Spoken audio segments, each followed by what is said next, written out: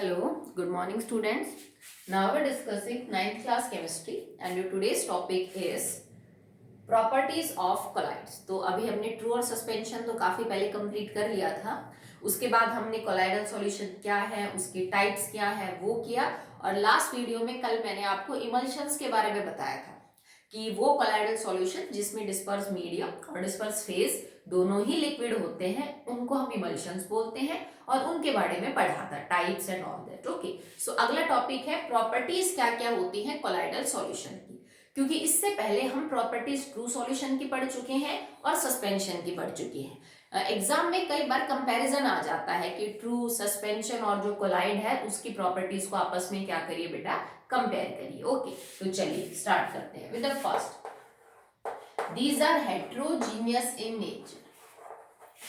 These are heterogeneous in nature. ये वैसे already हो चुकी है ये बात कि कोलाइडल सॉल्यूशन आपको अपीयर होते हैं होमोजीनियस, ये दिखने में आपको ट्रू सॉल्यूशन जैसे लगते हैं but actually they are heterogeneous. Okay, मैं मिल्क का एग्जांपल लेती हूँ। बिल्कुल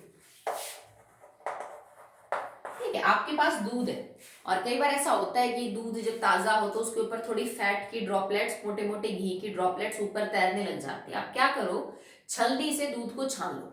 अगर उसमें कोई इम्प्योरिटी है तो, और अगर कोई जैसे घी की ड्रॉप ऊपर आ गई है तो वो सब छन जाएगा, और नीचे जो आएगा वो आपके पास दूध होगा जो बिल्कुल एक जैसा दिखेगा आपको। क्या उस दूध में आपको कहीं भी फैट और पानी अलग अलग नजर आता है?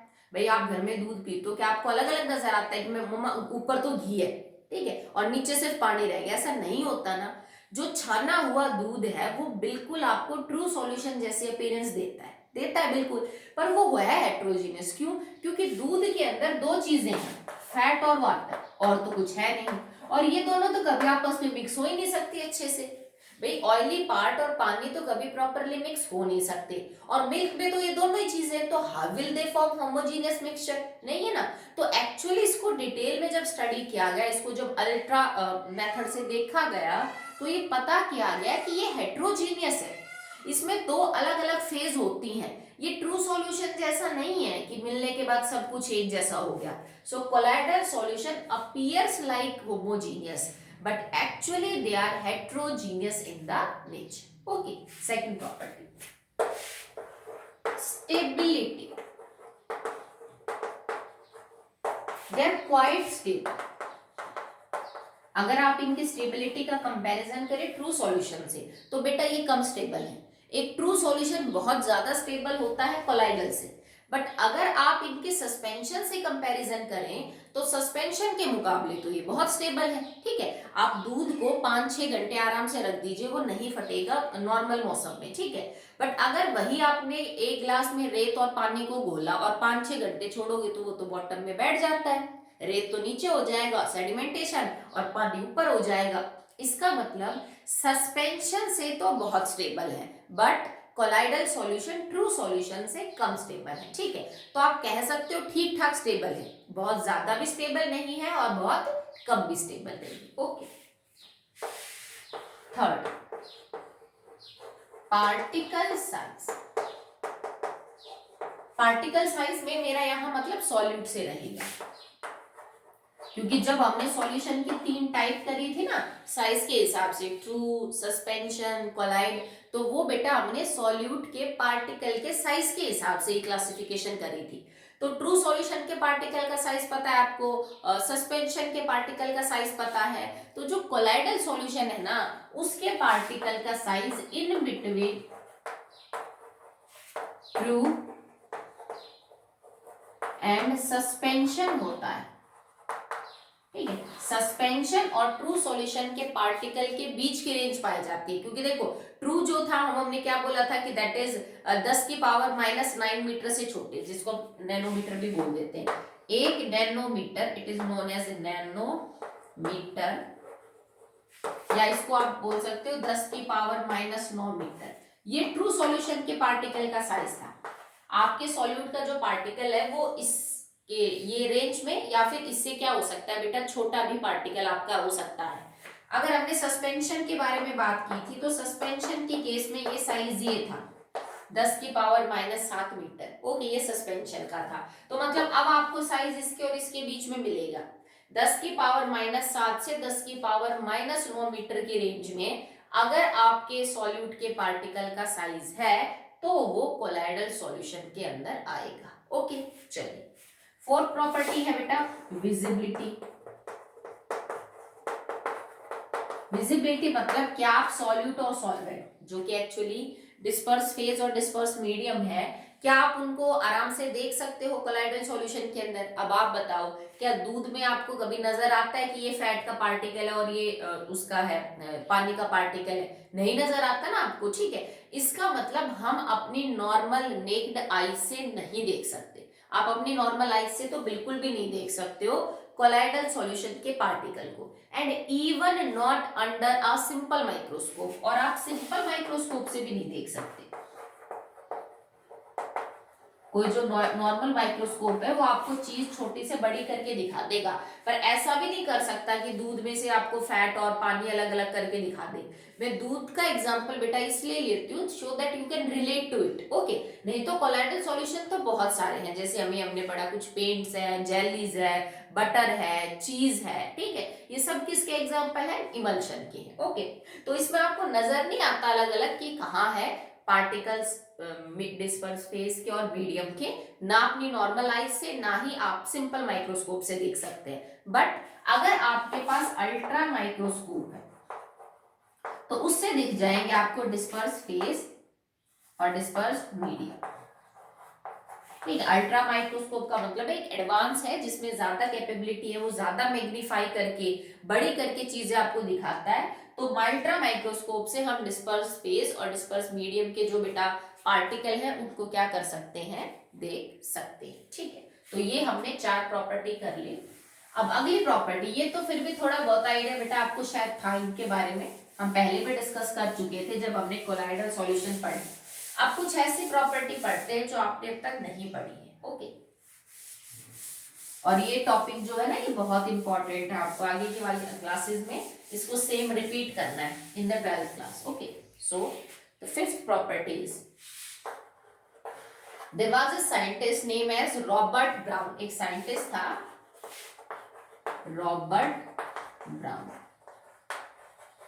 उससे रिलेटेड प्रॉपर्टी, ठीक है। उसने एक पोलन ग्रेन की मूवमेंट देखी थी in the water. He observe a pollen grain in water.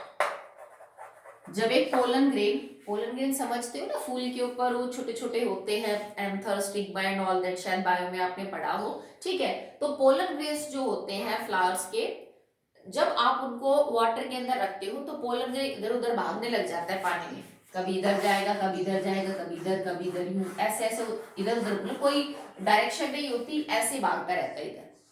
इसी मूवमेंट को, इस मूवमेंट को हम जिगजैग बोलते हैं। मतलब जब कोई पैटर्न ना हो रहा हो ना, कोई चीज इधर उधर कहीं भी भाग रही हो, तो उसको हम जिगजैग मोशन या जिगजैग पैटर्न बोलते हैं। This is known as zigzag motion या जिगजैग पैटर्न, कि कोई चीज रेगुलर है ही नहीं, कोई कहीं जा रहा है, कोई कहीं जा रहा है, ठीक है। इसका मतलब ये एक बार आपका पार्टिकल यहाँ है, फिर वो यहाँ से यहाँ आ गया, फिर यहाँ से इधर आ गया, फिर इधर आ गया, फिर यहाँ चला गया, फिर इधर आ गया, यूं ऐसे आपका पार्टिकल घूम रहा है, बस इधर उधर चल रहा है, ठीक है।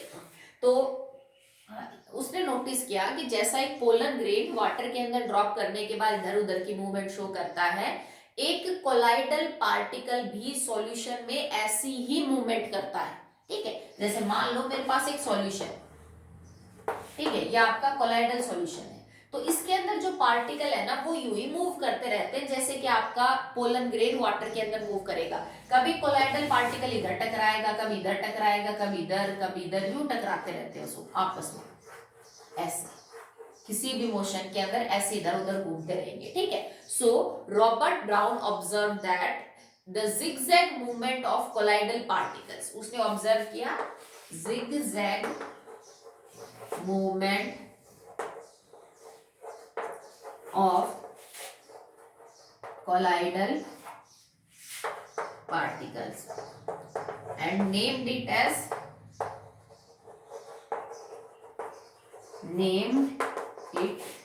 as Brownian movement.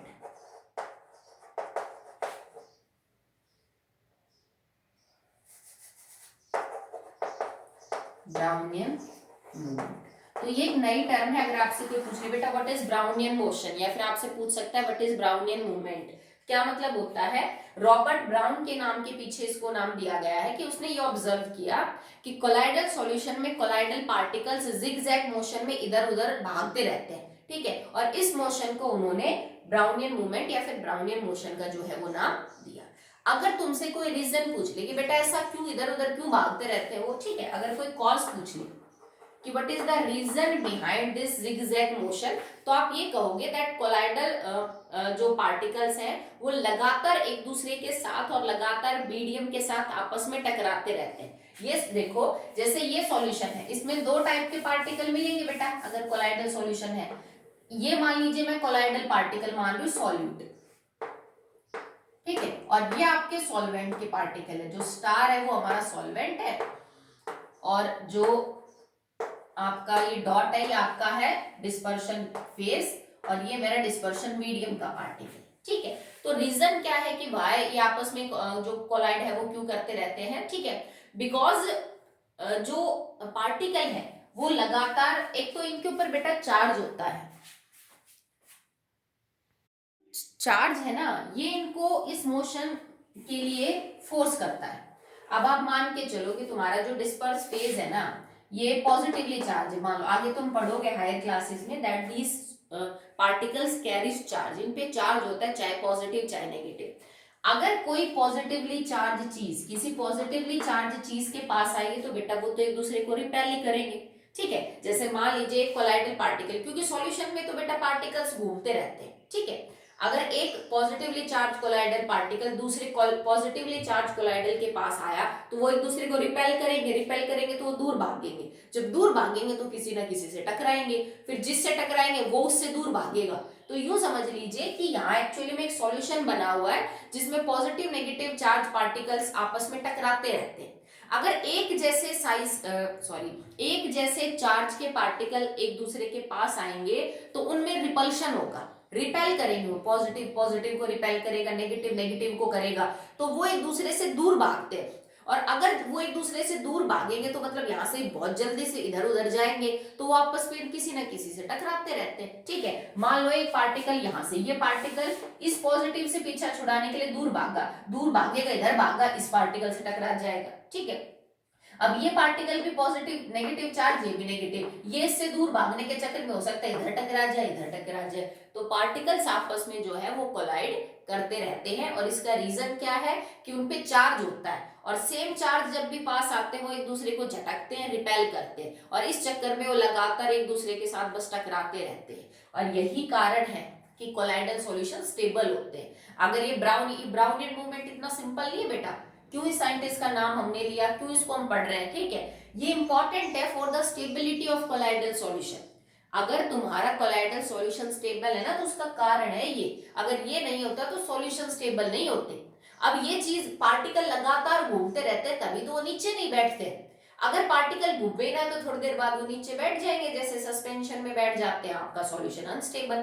तो 5 घंटे 6 घंटे 7 घंटे के लिए जितनी भी देर वो आपका कोलाइडल सॉल्यूशन स्टेबल है, ये ब्राउनियन मूवमेंट उन कोलाइडल पार्टिकल्स को बैठने नहीं देता, ठीक है, और लगातार उनको इधर उधर घुमाता रहता है, तो आपका सॉल्यूशन क्या रहता है, स्टेबल। अगर ये मूवमेंट ना होती तो पार्टिकल धीरे धीरे नीचे बैठ जाते और सॉल्यूशन क्या हो जाता, अनस्टेबल, ठीक है।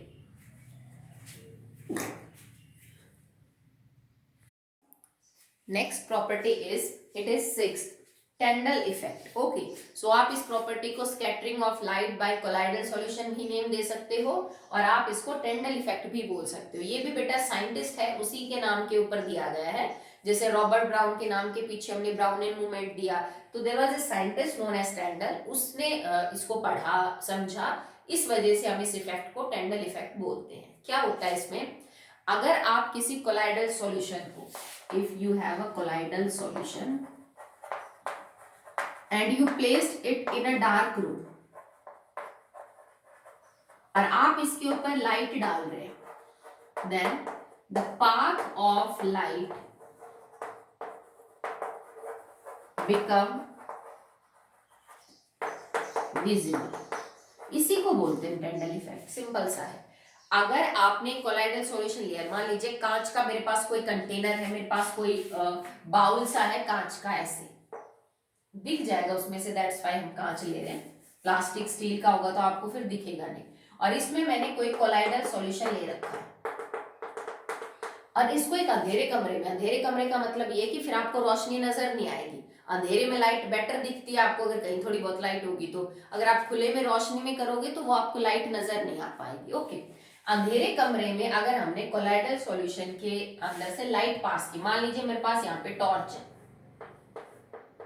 ठीक है, और टॉर्च के अंदर से हम जो है वो लाइट दे रहे हैं, ये आपके पास टॉर्च है और यहाँ से हम लाइट, अब टॉर्च की कुछ दूर तक तो डायरेक्शन सीधी ही रहती है, आप जानते हो, तो यहाँ से लाइट हमने टॉर्च की मारी, ठीक है, और आगे आपने इसको ऑब्जर्व किया, तो होगा क्या बेटा कि अगर कमरा अंधेरा है ना, तो लाइट ये जो बाहर से आ रही है, टॉर्च की तरफ से लाइट आ रही है, फिर इस बाउल में एंटर करेगी, तो बाउल के अंदर से भी आपको लाइट गुजरती हुई नजर आएगी, ठीक है, इसको हम बोलते हैं दैट इज स्टैंडल इफेक्ट। कैसे क्या वो देखिए, अगर आपने लाइट को पास किया किसी कोलाइडल सॉल्यूशन पे से, तो लाइट का रास्ता गुजरता हुआ हमें कोलाइडल सॉल्यूशन में दिख जाएगा, आपको ये लाइट का पाथ नजर आएगा यहाँ पे कि हाँ सॉल्यूशन में से लाइट इधर से यूं गुजर रही है, ठीक है, और इसी को हम टैंडल इफेक्ट बोलते हैं।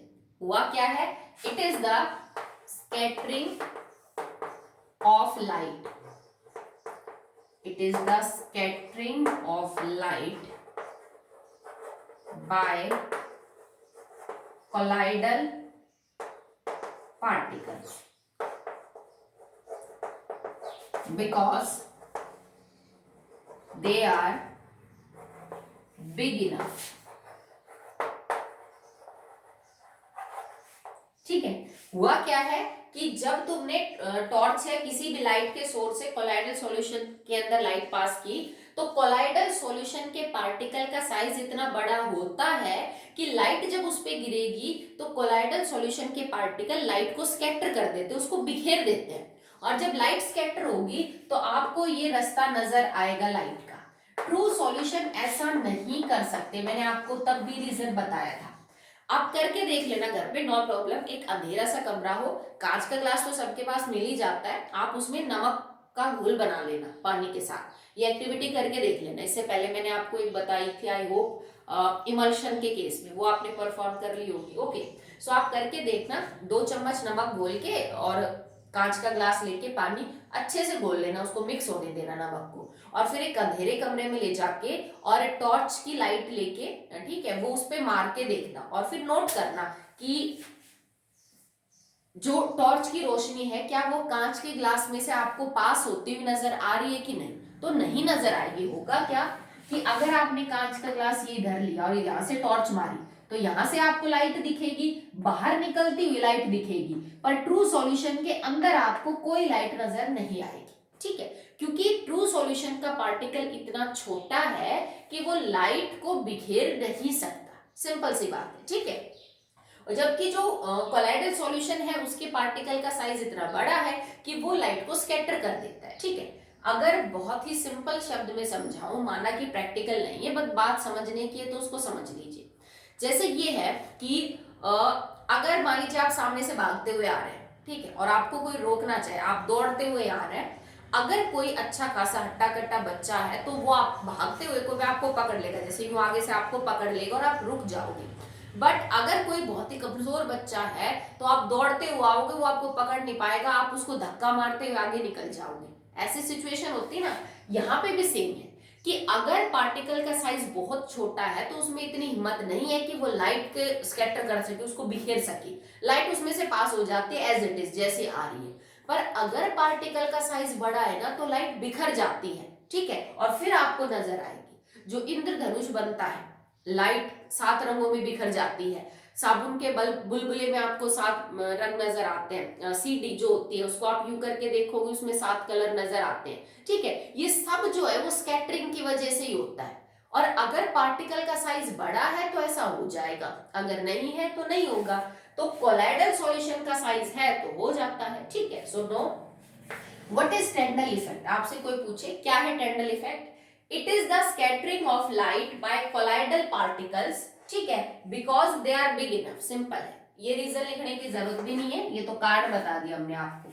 तो टेंडल इफेक्ट और कुछ नहीं होता, लाइट का स्कैटर होना होता है कोलाइडल पार्टिकल्स के थ्रू, और जिसको हम बोल देते हैं दैट इज टेंडल इफेक्ट। मतलब आपको ये रास्ता नजर आएगा। अब बाकी क्योंकि कमरे में आपने अंधेरा कर रखा है तो ये चीज आपको चमकती हुई नजर आएगी, तो आप क्लियरली विजिबल कर पाओगे, हाँ भाई जो लाइट है वो दिख रही है। अगर आपने बाहर किया तो आपको तो टॉर्च की लाइट ही ढंग से नजर नहीं आएगी, तो आप बाकी लाइट को कहाँ ऑब्जर्व करेंगे। इसीलिए कह रहा है कि डार्क के अंदर आप इस चीज को करके देखिए। ठीक है, तो आप इसको करके देख सकते हैं। आप दूध के एग्जांपल ले लीजिए, सबके घर में मिल जाता है। ठीक है, तो दूध लेके ग्लास में, एक ट्रांसपेरेंट ग्लास में ले लो और उसमें से एक बार पास करके देखो, और एक बार आप इसको नमक या चीनी के सॉल्यूशन के साथ करके देखो। आप दोनों में ऑब्जर्व करना कि क्या चेंज आपको नजर आता है। बट इस चीज का ध्यान रखिए कि कमरा बिल्कुल अंधेरे में हो, ठीक है, एकदम बंद जगह पे कहीं आपने ले रखा हो, ताकि लाइट आपको प्रोमिनेंटली नजर आ जाए। ओके, नेक्स्ट देखिए।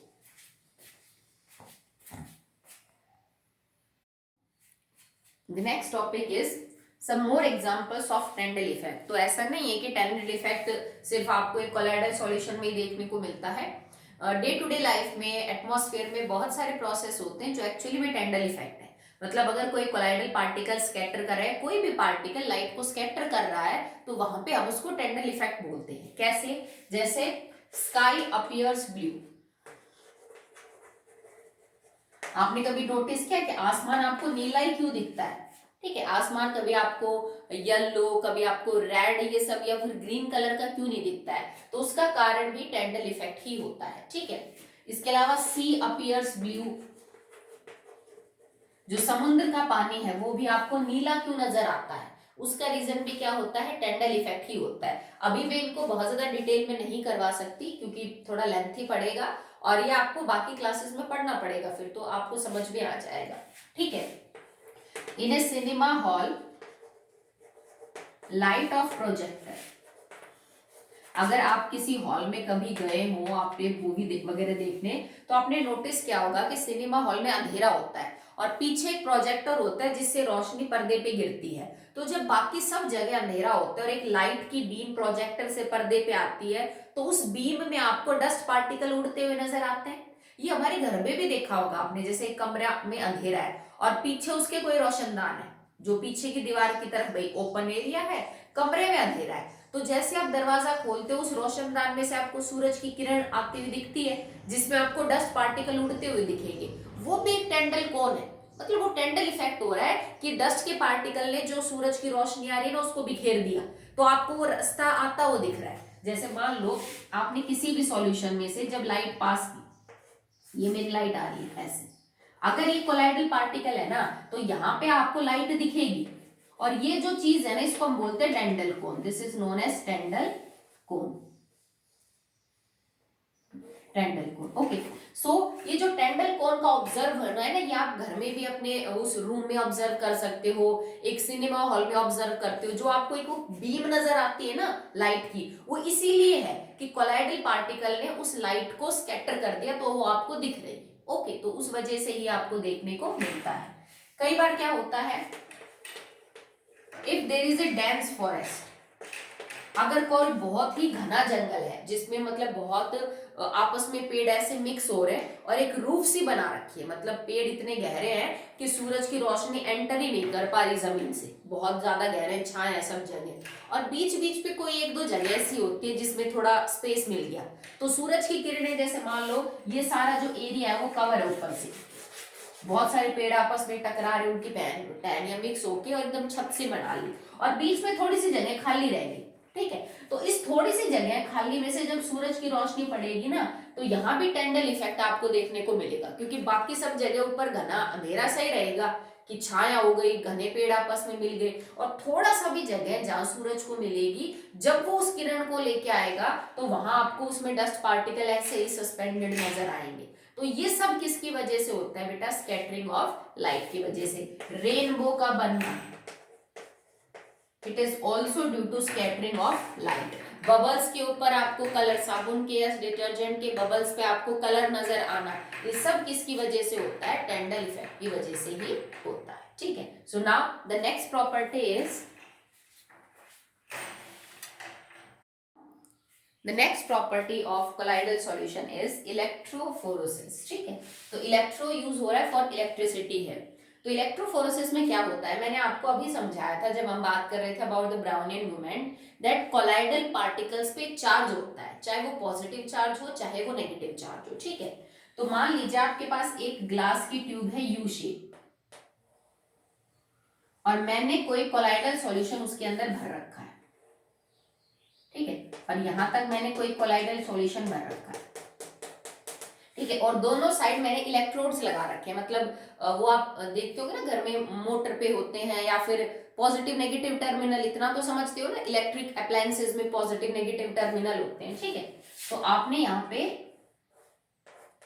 इलेक्ट्रोड्स लगा दीजिए। ये मेरा पॉजिटिव टर्मिनल है और ये मेरा नेगेटिव है। ठीक है, और उसके बाद आपने इसको आगे जो है वो बैटरी से कनेक्ट कर रखा है। ठीक है, पॉजिटिव नेगेटिव टर्मिनल है, आगे आपने इसको बैटरी से कनेक्ट कर रखा है। इसके अंदर मैंने कोलाइडल सॉल्यूशन ले रखा है। जब आप यहाँ पे बैटरी ऑन करोगे, जैसे मान लीजिए आपने इसको यहाँ बैटरी से कनेक्ट कर दिया, मतलब आप इसके अंदर सिंपल सी बात है बेटा इलेक्ट्रिसिटी प्रोवाइड कर रहे हो और कुछ नहीं। ठीक है, तो हमने दो इलेक्ट्रोड लगा दी, पॉजिटिव और नेगेटिव, एक यू शेप की ग्लास की ट्यूब ली।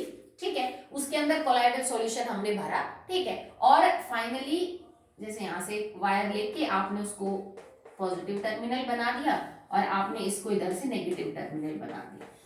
ठीक है, क्योंकि सॉल्यूशन में कांटेक्ट में तो आने चाहिए ना, यहां से आप जैसे जो नेगेटिव टर्मिनल है ना, कोई वायर ले जाके इसको इधर डिप कर दो, इसको इधर, क्योंकि सॉल्यूशन को पॉजिटिव और नेगेटिव टर्मिनल के कांटेक्ट में आना क्या है, जरूरी है। ठीक है, तो अब मान लो सॉल्यूशन मैंने यहां तक भर दिया। ठीक है, अब क्या होगा, मान लो कि यहाँ पे तुम्हारा जो कोलाइडल पार्टिकल है ना उसके ऊपर पॉजिटिव चार्ज, वो एक पॉजिटिव चार्ज कोलाइडल सॉल्यूशन है। तो जब तुम इलेक्ट्रिसिटी प्रोवाइड करोगे तो पॉजिटिव चार्ज तो हमेशा नेगेटिव की तरफ भागेगा, पॉजिटिव पॉजिटिव तो रिपेल करेंगे। तो इस सॉल्यूशन में जितना भी पॉजिटिवली चार्ज कोलाइडल पार्टिकल है वो सब नेगेटिव इलेक्ट्रोड की तरफ भागना शुरू कर देगा, इस नेगेटिव टर्मिनल की तरफ जाके इकट्ठे हो जाएंगे। इसी प्रोसेस को हम इलेक्ट्रोफोरोसिस बोलते हैं। अगर तुम्हारा जो कोलाइडल पार्टिकल है वो नेगेटिवली चार्ज हुआ तो नेगेटिवली चार्ज किसकी तरफ भागेंगे, पॉजिटिवली चार्ज। ठीक है, और यहां जाके इकट्ठे हो जाएंगे। This process is known as electrophoresis. So what is electrophoresis? It is the movement of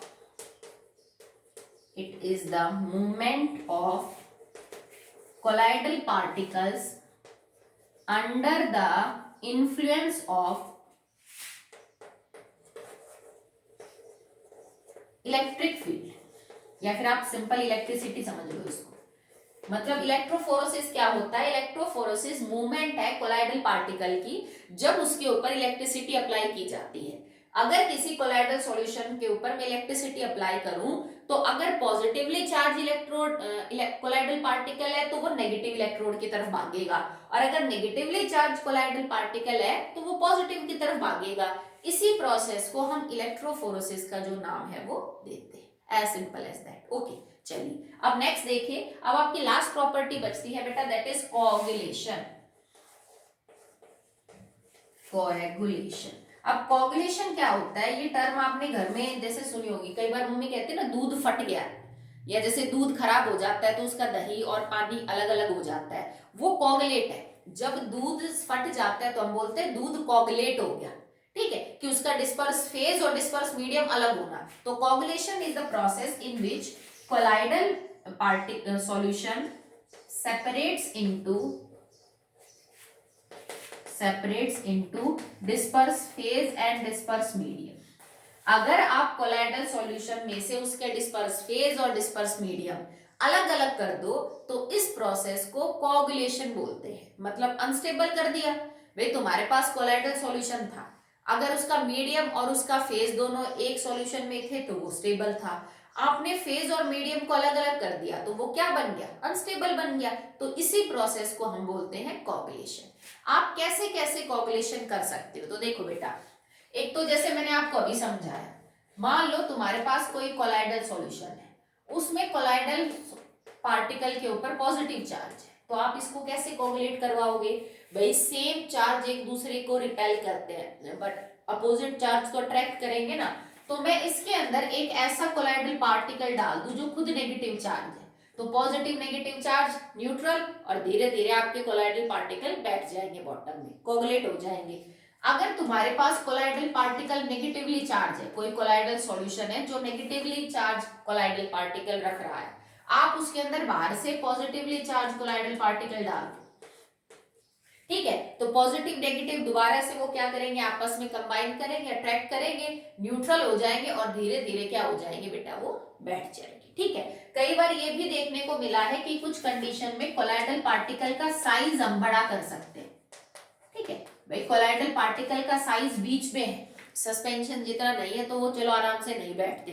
अगर किसी भी प्रोसेस से आप कोलाइडल पार्टिकल के साइज को बड़ा कर देते हो, जैसे 2-3 पार्टिकल इकट्ठे आपस में जुड़ के एक बड़ा पार्टिकल बना दे, तो भी आपका जो कोलाइडल सॉल्यूशन है वो आपस में क्या करेगा बेटा, कोगुलेट कर जाएगा। कैसे, चलो इसका देखिए आप, जैसे मान लीजिए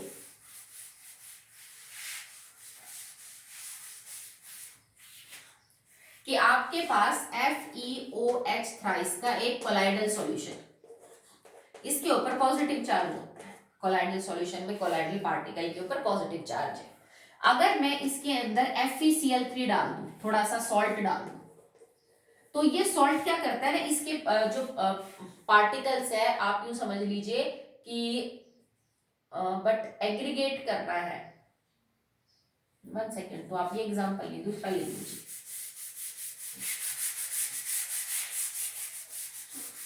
इसमें आप ये एग्जांपल ले सकते हैं दैट जैसे कि सल्फर है, सल्फर का जो मॉलिक्यूल होता है वो एसेट होता है, ठीक है।